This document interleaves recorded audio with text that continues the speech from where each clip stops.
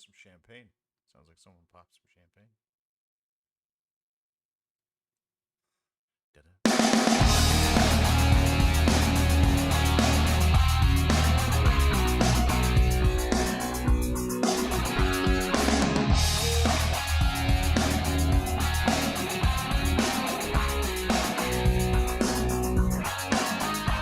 Hi there, welcome to the Blundell Show. My name's Gene. You're watching.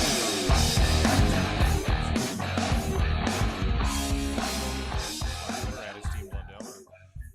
Twitch TV/Dean Blundell TV. And you know what I love about doing this show is I can do it whenever I want with whoever I want. And in an age where everything has to be formatted and categorized, we don't believe in that here at DeanBlundell.com. So that's why I'm excited to talk to our next guest, which is a friend of mine. We've had him on the podcast a bunch of times. He's covering the Masters for TSN from Golf Talks Canada, Mr. Mark Zecchino. Hey, buddy. Dean, how are you? We got to Augusta. Who would have, it took us a while to get there, but it's we're at the Masters. It's November. How can you not love this? Weird, eh? I was saying to you before we got on, Mark Zecchino at Z-Man Golf is our guest from Golf Talks Canada Live. He's covering the Masters for TSN. He also does a bunch of work for CBS Sports.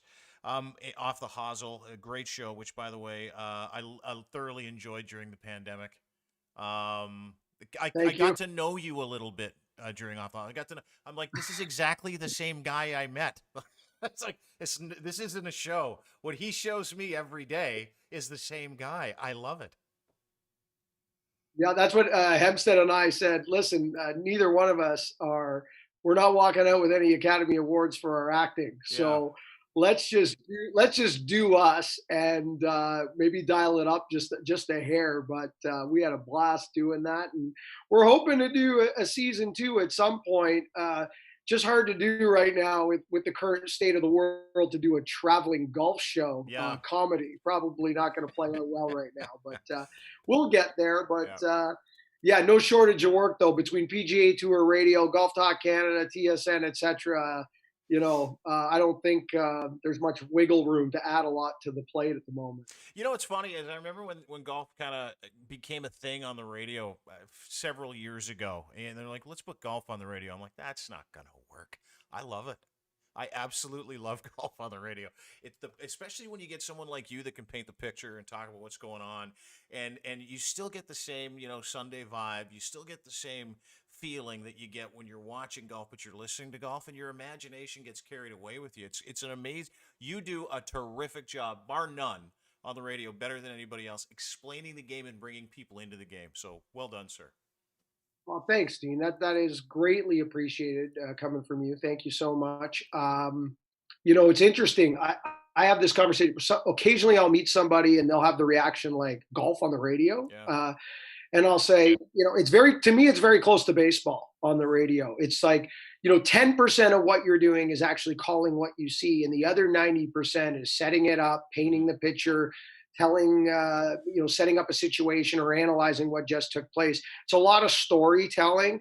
Man, our audience has grown on Sirius XM. And then since the tour started giving a play-by-play call away for free on .com, pre-COVID, you'd go to a PGA Tour event and you see, it's kind of like going to a ballpark. You see all these people walking around with earphones in, and you're like, thousands of people walking around with earphones. That's what they're doing. They're listening to us while they watch it live, because I think that's the biggest complaint, right? Other than people listening to us in their car, I think the biggest complaint about going to see golf live is, I love going to see golf live, but I wish I knew what was going on in other parts of the golf course. I can only be here with this group on this hole. And, it's been a lot of fun. It's funny, we're having this conversation because I've worked about 8 events since golf returned, and 4 or 5 of those were on the ground. The other ones were in the studio.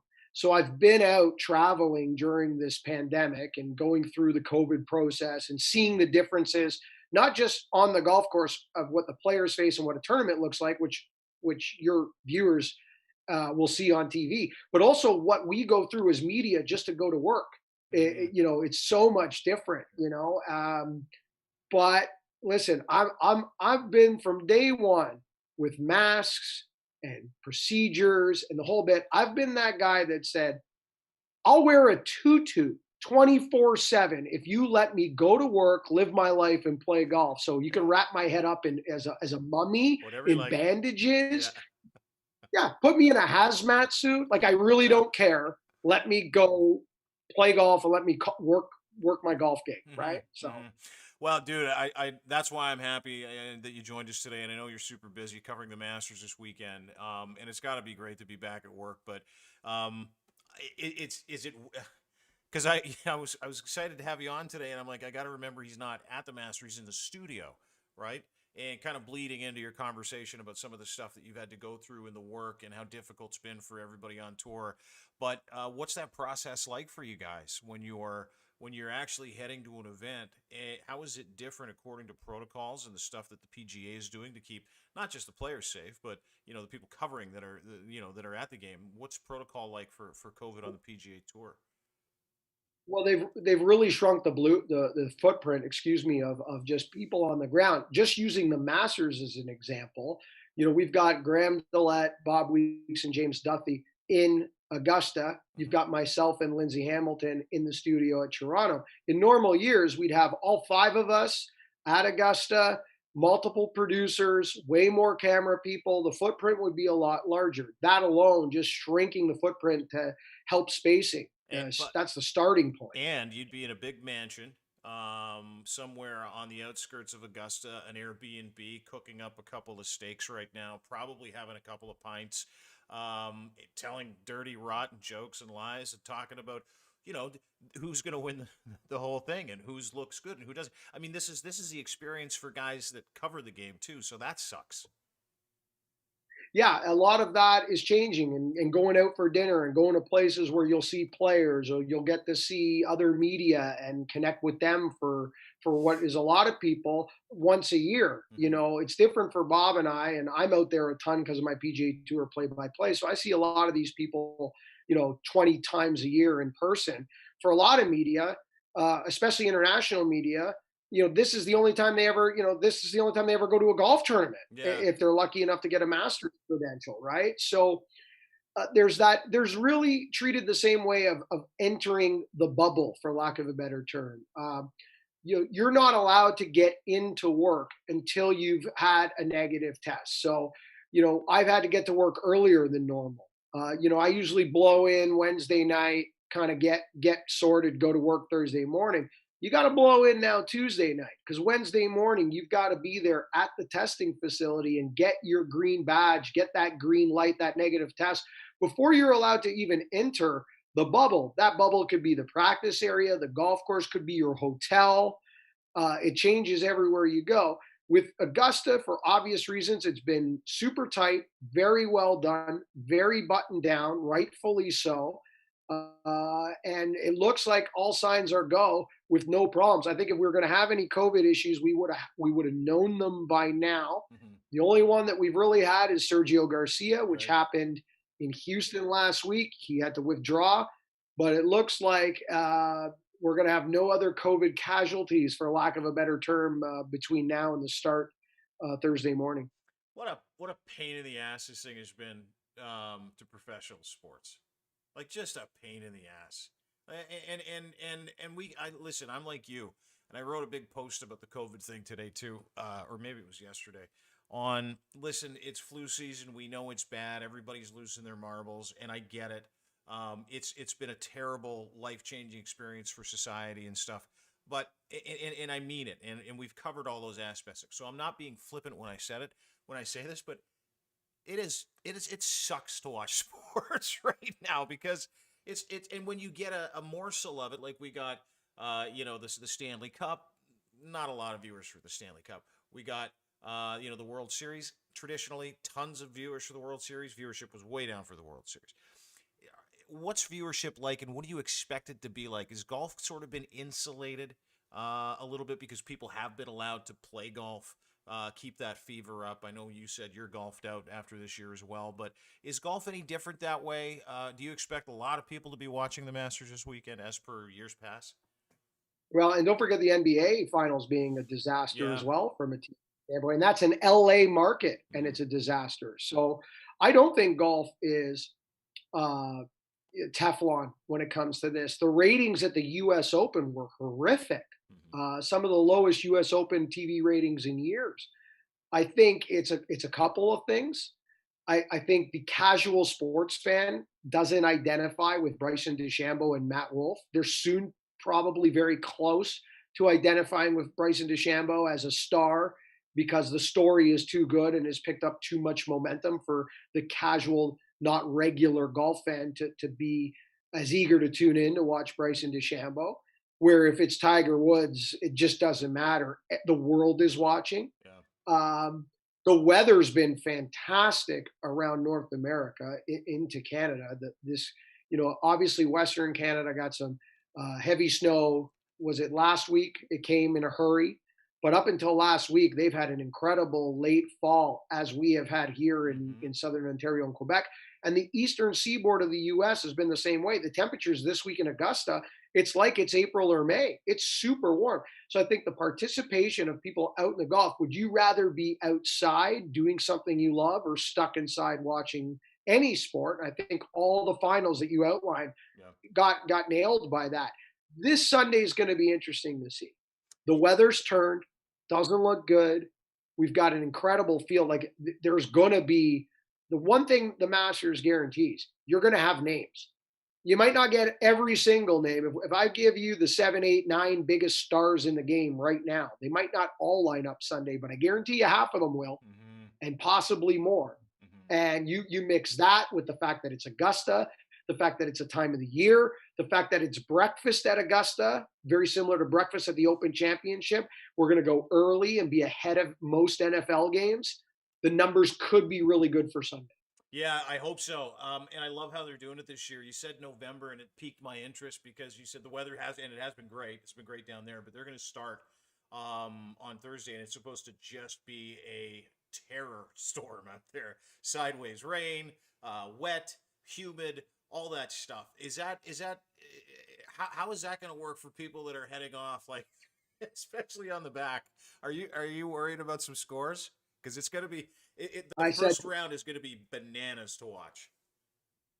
So I said to Lindsay today, one of the topics that maybe we're not paying enough attention to is the Masters using the 10th and first tee for the first time ever, split tees on Thursday and Friday. Hmm. If you're going off 10 Thursday versus 10 Friday, what will that add up to difference after 36 holes? What will the stroke differential be between the group that went off Right. Thursday morning in a sideways rain on the two, possibly the two hardest holes on the golf course, 10, 11, and then followed up by 12, versus doing that in 7 degrees and sunny on Friday?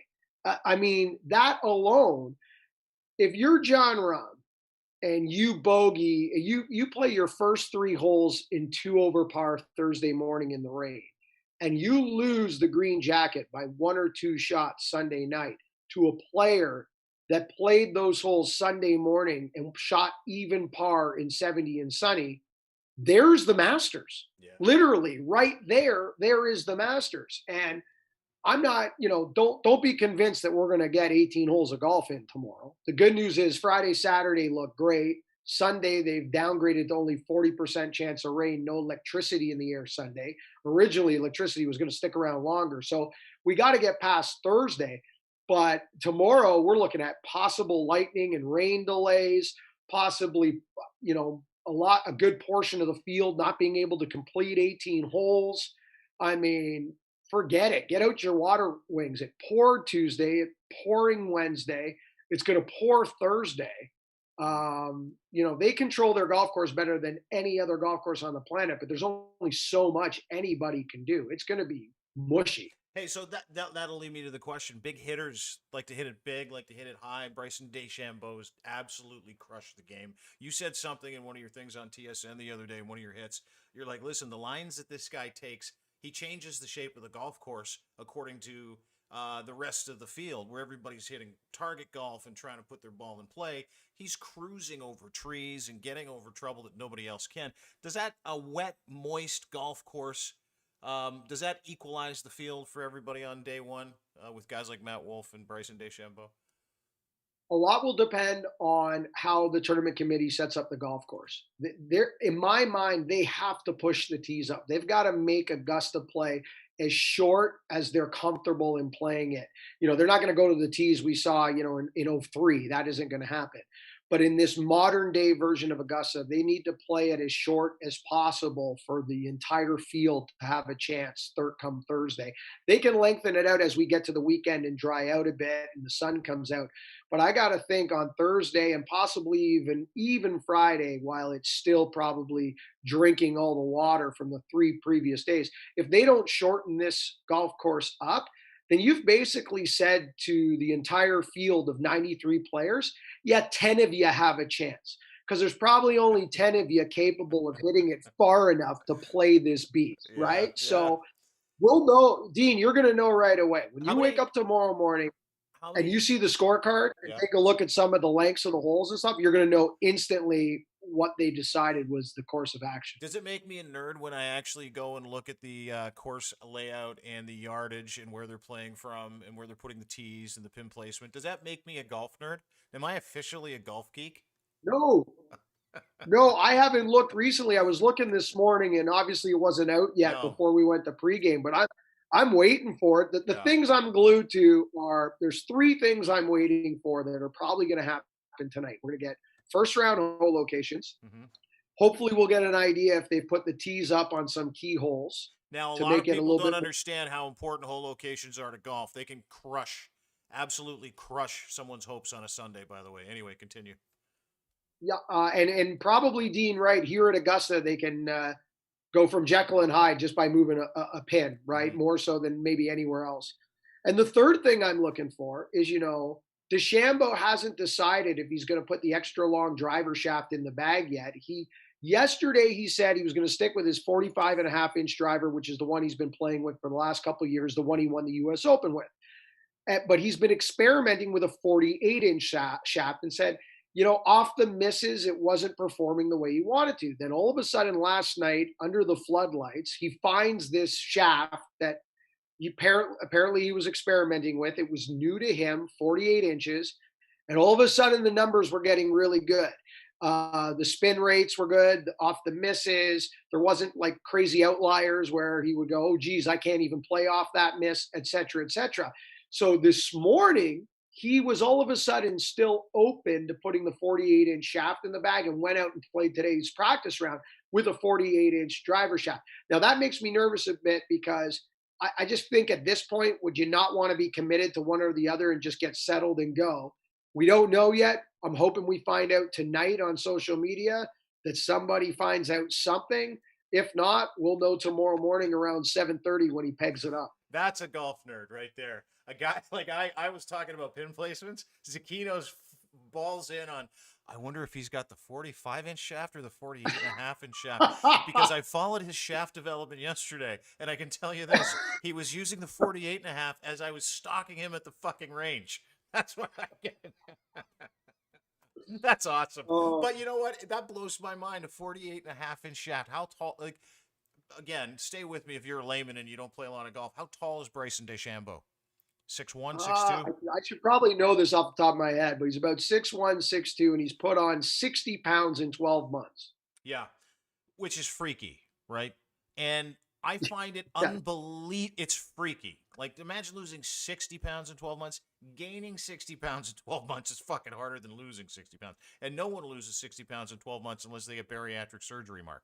So let me Yeah. just, that in itself is a genetic freakicism. But what he's done to the game of golf and watching the last 2 tournaments, including the Players and the U.S. Open, watching him hit the ball and you said it earlier, and I want to bring this up: the lines that you take, how aggressive he can be, where nobody else on that golf course, save 2 or 3 guys, can do the same thing. Was that him just saying, "Listen, I don't have the short game, and tee to green, I'm just as good as everybody else, but I can't putt like everybody else. I can't chip like everybody else. I can't get up and down and get out of trouble around the green like everybody else." Was that him consciously saying, "Listen, if I'm going to win a major, if I'm going to be the player I want to be, I literally need to hit the ball 430 yards off the tee every chance I get because it almost looks unfair now. Like it looks like Yeah. it's a golf hack if you ask me. Well, it's interesting because, a year ago, I think you probably could have taken that approach that, his wedge play was sloppy. He uses one length golf clubs, which is crazy. I can't imagine using a wedge as long as he has. His 4 iron right through to his pitching wedge, and I believe even his sand wedge are all the same length. They're all 6 iron That's length. wacky. Everything he does, it's bizarre. So a year ago, I think that narrative probably would have fit. He's a science geek. Everything's a mathematical equation. Everything is a puzzle to complete and figure out.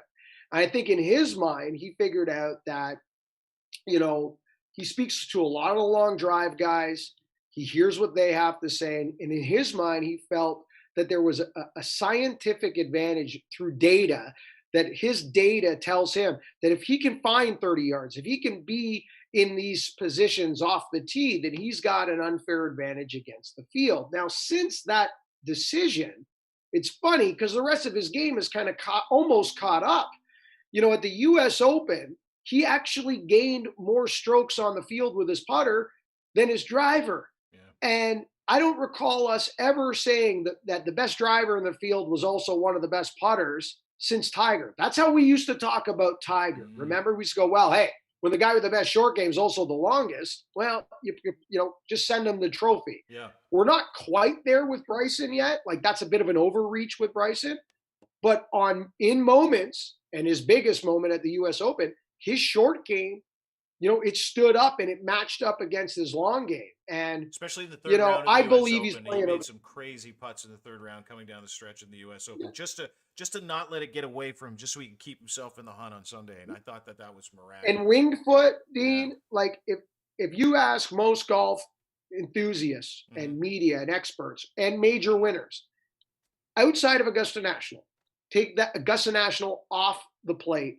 What are the two hardest green complexes in major championship golf? And I would be shocked if the 1A and 1B answer was an Oakmont US Open, Winged Foot US Open. So he did this on putting surfaces that are severe and are very similar in terms of undulation and speed as to what you get at Augusta National. It's not like he went and did this at some flat, very easy putting golf course. So it's an interesting story. I think he's playing a par 68, par 67. He said he's playing a par 67. That tells me, unless he putts with a blindfold, it's almost impossible for him not to contend. Will he win? That's another story. A lot of dominoes have to fall. There's a lot of great players.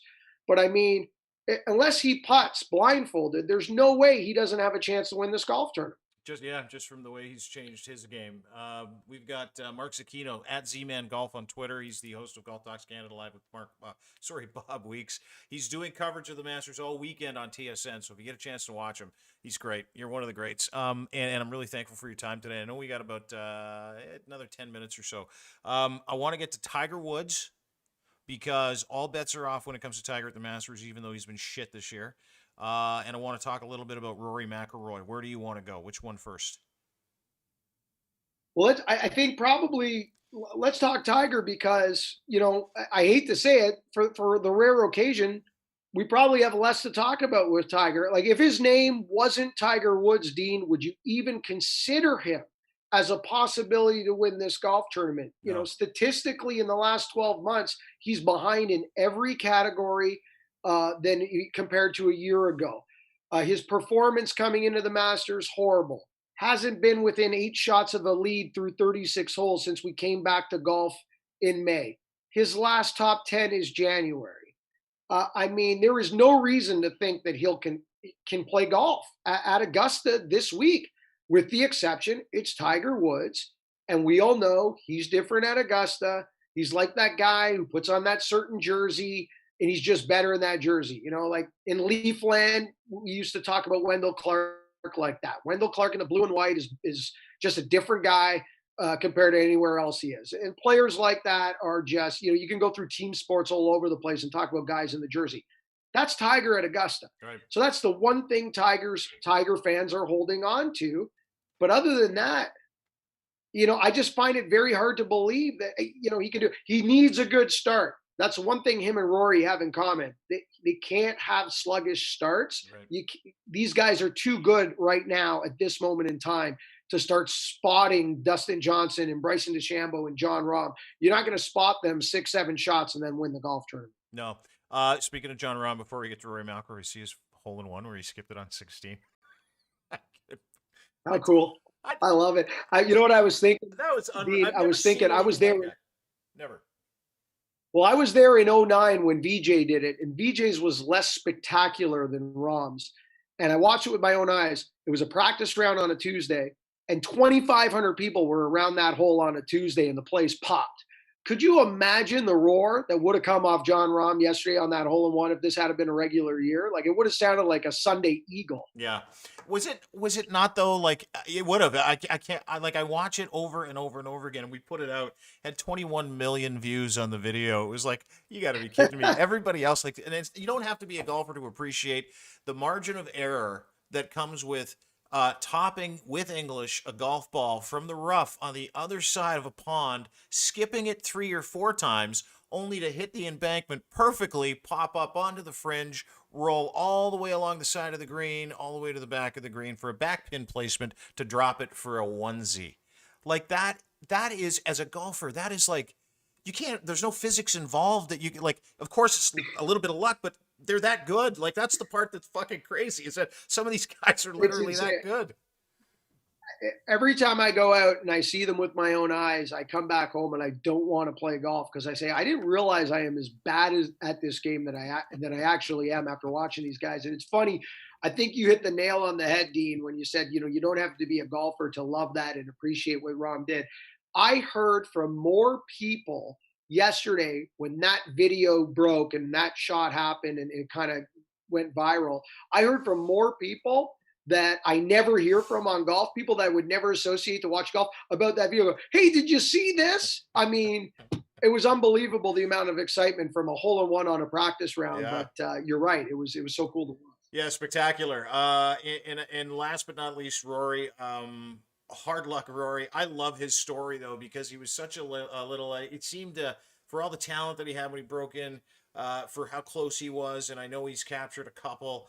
But he's had a dull go over the past couple of years. But when I watch interviews with Rory, Rory fascinates me because Rory's all into like dropping his ego and spiritual growth and personal growth, and it's almost like golf is secondary. I know he got married, he just had a child, and I love that about Rory. And I wonder if that Rory will be a better Rory as he gets older. And I would love to see him win. Where do you put his chances this weekend at the Masters? Yeah. So it is so hard to handicap what Rory's going to do because the Masters has become the elephant in the room for Rory McIlroy. So maybe this laissez-faire, more under the radar approach might help Rory because the Masters, this is his 6th time trying to complete the career Grand Slam at Augusta. It's starting to reach that level of Phil Mickelson and US Open where you're asking, is it ever going to happen? And of course, if he does, he becomes the 6th man in history to win a career Grand Slam. Right. Here's the problem: if you think Rory doesn't have a chance, this would be why. 161 in strokes gained around the green. His short game inside 50 yards right now, absolutely horrific. That should send alarms off. Sluggish starts in majors. In the last 3 years, only 2 rounds in the 60s in any major in an opening round. He puts himself behind the 8 ball. Now, if you feel Rory's got a shot, this is probably why you feel Rory's got a shot. Not just what you outlined about his temperament and where his mind is at, but he's got 4 major championships. Every single major Rory's won has come in rain-soaked majors, weather delays. 2 of them he won by 8 shots. It was so soft, so moist, so wet, he walked away with it. Rory loves sloppy golf courses. The more rain, the better for Rory. Look what he did at the RBC Canadian Open back in Hamilton a year and a half ago. Yeah. I mean, Hamilton was underwater that week, and he ran away with it, 22 under par. So if you're the guy that says Rory's going to win, it's because of that. And if you're the guy that says he ain't going to have a chance, it's because you're looking at what he's done lately. Yeah, we actually caught up with Rory at the RBC Canadian Open a couple of years ago, right after he won, and one of our guys offered him a pint, and he was like, such a nice guy, but he's like, I'd love to, but I got to drive to the airport. Thank you very much. It's like the nicest guy in the world. I'm like, I got to be a Rory fan now. I couldn't help it, and I'm excited to He's watch it. awesome. Who do you have winning this weekend? What do you got? Help the Well, I fantasy told you golf people out here, Mark Zecchino. Come on, Matt baby. Wolf's my underdogs, Yeah. so he's my value play. Matt Wolf is definitely my value play. But my two favorites, I'm going with DeChambeau and I'm going with Rahm. I think John Rahm, number 2 in the world. We're not talking enough about Rahm. He won the BMW Championship. What a brutal setup that was. Third in strokes gained off the tee. 13th in strokes gained total. I mean, like, he checks all the boxes, and more importantly, you like those guys that play with a little chip, right, Mm-hmm. Dean? They got an edge to them. They chippy. You don't want to go in the corner with them. You might get a Gordie Howe elbow. Mm-hmm. That's John Rahm, right? He thinks he's looking in the mirror right now going, why haven't you won a major? You should have won at least one by now. I love that mentality. He's here to win a green jacket, and anything else would be a failure to John Rahm right now. You just got to love that. So DeChambeau and Rahm are my favorites. Yeah, I like it too, and I love John Rahm. I love his personality. You're right; he's one of those guys, that you love, and it would be great to see those guys in a playoff because one guy everybody loves, and the other guy not many people love for some crazy reason. But listen, dude, thanks for doing this, Mark Zecchino, Golf Talks Canada, TSN all weekend long. I imagine that's where we'll see you covering the Masters.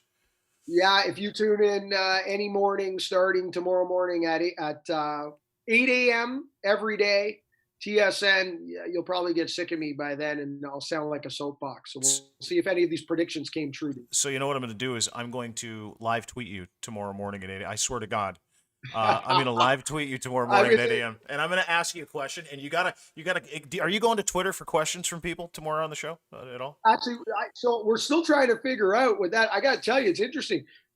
I was trying to use my phone today in the pregame, and we're in a black hole. And I said to my producer, "I'm like, I can't get internet in here. Like, what is going on?" So I came out of set. My phone lit up. I was like, "Oh, okay." So I'm hoping we've solved that. We're going to be bouncing back and forth from Augusta to our set in Toronto, set in Augusta, set in Toronto.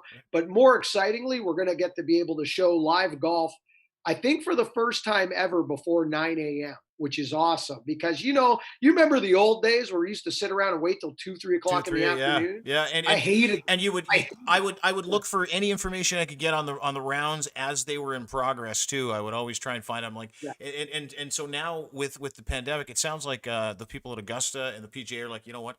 Let's give people golf all day long, which I love. Dean, tomorrow morning at 8 a.m. Yes, sir. You're going to be able for the next hour. You're going to get John Rahm, Tiger Woods, Bryson DeChambeau, Matt Wolf, Louis Usyk. They're all going to be going through Amen Corner between 8 and 9 in the morning. And it's going to be pissing rain? Is it going to be pissing rain at 8? Yeah, and you're going to watch these guys with their rain gear and their umbrellas. And that's the best. Hold on for your life. So good. Looking forward to it, Mark. Thanks, buddy. You have a great one, and we'll see you tomorrow at 8 a.m. on TSN. Mark Zecchino, Golf Talks Canada Live. What a guy at Z-Man Golf. Absolute beauty. One of the kindest, nicest, most well-spoken individuals. And talk about hustle. Talk about digital hustle. That's what this guy does. He's like his own dude. He's one of those guys. I remember when we started this, I'm like, how do you do your thing? He's like, I just don't stop working ever. And I love golf. And I love the business of golf and communicating with people. And like you talk about golfers, he was talking about how he gets embarrassed when he comes home from covering a PGA Tour event because he thinks he's shit. Dude's like a -2. And if you know anything about golf, that's like a scratch golfer, a guy that pars every course almost every time he plays it, minus a couple. It's fucking insanity. That's how cool that guy is. Plus, he's one of the best looking bald guys you'll ever see. Hey? And if you have any... I love him. Anyway, you got to meet his dad, too. His dad's like him, only way more harsh. Huh? Unbelievable suit, too. Did you see the suit? He looks crisp. That's because he's working, though. Like, he's doing studio stuff at home. And I'm wearing a black T-shirt. So, like, he gets on the thing, Sean. You can turn on your microphone. He gets on, dude. Turn your microphone. He gets on. He gets on the Zoom call. Yeah, I As was soon as we're gonna getting say ready Nick to, t-shirt. We're both sitting here in t-shirts. he gets on, and he's been covering golf all day. He's been covering the Masters all day, and as a kindness, he comes on, and I literally was cleaning up the table with a kitchen stir fry, and I had my vaporizer in my mouth, and I walked around the corner, and I look at him, and he's on the screen of my computer here, and I go, "Holy fuck! Should I go get changed?" Even the chair he was sitting in was Yeah. fancier than Oh, anything dude, we that guy, have. he's a Renaissance man. That's a guy you can talk about anything. He covers everything. He loves everything. He's like Canada's Joe Buck, and no one knows it yet. He's a king. Hey, and golf at 8 a.m., 9 a.m. That's Yeah. perfect. Are you gonna watch that That's what I tomorrow? need in my. Are you going to be balls deep in that For Masters sure. coverage tomorrow there, Sean? Me too. I'm balls so deep. fucking pumped for this. And I'll tell you why. We've been watching the entire world go crazy for a few years, and especially the last couple of weeks. This is decompress weekend, and it starts tomorrow. I'm going to watch the Masters in my underpants. May or may not shower. I can't wait to fall asleep on the couch watching the Masters because like that's just like Yeah. religious. Yeah. That's like a thing you have to do when you're watching the Masters. Yeah, and then you wake Have up the and you're chips all on your you're all anxious and you're like, "What did I miss? Did I miss something? Is my guy still in the lead?" And you check your golf pools, Exactly. your fantasy, your Masters pool. It's the first But podcast. all day golf. That's the first podcast we've talked just about golf, by the way. Hopefully, First of many. hopefully by mid next year, I will have covered almost every major topic, from extremism to Working golf. on it. Yeah. I want to get into kidney surgery next week. A whole podcast on just kidney surgery and And next month's crocheting. and religious circumcisions, two or not. Ooh. Yeah. Thanks for listening. Thanks for watching the podcast, everybody. Thanks to Blue Microphones. That's what this is. They're the sponsors and the official podcast microphone of DeanBlundell.com and the entire network. 27 different podcasts for you to choose from, including the Owner's Box Fantasy Podcast and our newest podcast, Fucked Up. That's the name of the podcast, Fucked Up. It's two girls, absolute savages, Allie and Nicole. Go to DeanBlundell.com. Check them out. They're on OnlyFans all the time. That's not their job, though. They're currently holed up getting ready to do a whole bunch of podcasts, and they are absolutely hysterical. I interviewed, just talking to one of them the other day, both of them, because they're just weapons. Allie, and I'm like, so, because we didn't talk about the OnlyFans stuff at all, even though I know about it, support it, and endorse it fully. Woman wants to shake it, she can shake whatever she wants. Some guy wants to pay to see it, go ahead. More power to you. Can you do a podcast? You're goddamn right they can. Relationships, dating. I learned last night she told me about the term fuckboy. Didn't know what that meant until yesterday. So it's a learning experience too. It's like an online webinar instead of a podcast. Anyway, go to DeanBlundell.com and check out all our podcasts. You can join the network too if you win the Show Us Your Pod contest. Brought to you by Blue Microphones. Blue Microphones is going to give you all new podcast gear. We're going to add you to the Dean Blundell Show podcast network, and boom, you officially have a professional podcast. It's literally that simple. I use the word professional extremely lightly, but you'll be in. So go to the Show Us Your Pod icon on DeanBlundell.com. Click on it. Leave us the link. Leave us your information, and we'll get in touch with you tomorrow. We're talking to the Fodder Figures. An entry of gamers. Cool podcast. I listened to the whole thing 3 days ago. Yeah. Did you see, speaking of gaming, did you see the new Xbox came out, by the way? A lot of people got their new Xboxes. You see that? A lot of them smoking. I saw it. Catching on fire. Didn't see the line. Some of them were catching on fire online, smoking. No word of a lie. It's like, this is a great humidifier. A guy plugs in his Xbox, starts to smoke. I'm like, it's probably not a good one. That's a bad Xbox. Yeah, quality introduction. Good job, Microsoft. Yeah, thanks to Owner's Box, too. The official fantasy sports partner of DeanBlundell.com. Owner's Box, weekly fantasy sports, premier sports platform. Right now, weekly fantasy sports. You can play every single week. You can play every day.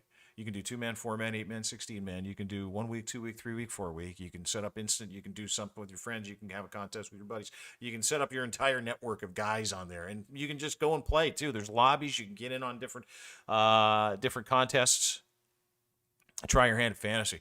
All NFL. I got crushed last week, by the way. But this week and this week alone, if you join Owner's Box Fantasy Sports platform, if you sign up today, they give you a free $100. Who doesn't want that? You put in $100, $100 deposit bonus, $100 deposit bonus cash, $100 bonus cash. Who wants 100? It's like stupid if you don't. If you play fantasy and you love NFL and you think you're the balls, and you don't get an Owner's Box account today, and you don't accept their $100 cash deposit, the bonus bucks, you're dumb. It's pretty simple stuff, right? Oh, free money. Okay. Play fantasy? Not bad.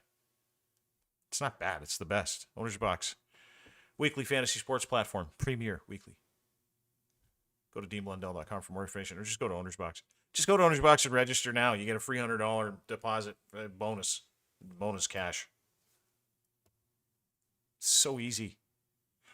Ed at Ed's Fine Imports right now, where you buy 3 pairs of Gitch, you get 1 for free. Use promo code GITCH3 as your promo code when you log on. edsfineimports.com. 3 Gitch. Just buy 3, gives you 4. You put them on, you feel great. It's got a little pouch for your nutsack. Here they are. He'll send them to you in these little boxes, too, and then you unwrap them. They're cool. Hermetically sealed, so you know no one touched them. It's a good deal. edsfineimports.com. Gitch 3. Buy 3, get 1 free. 4 pairs of Gitch for the price of 3. That's it. Have a great day. Join us at deanblundell.com if you have time. Thanks to Mark Zecchino for joining us today. Thanks to all of our partners and sponsors. Thanks to Sean. Thanks to you.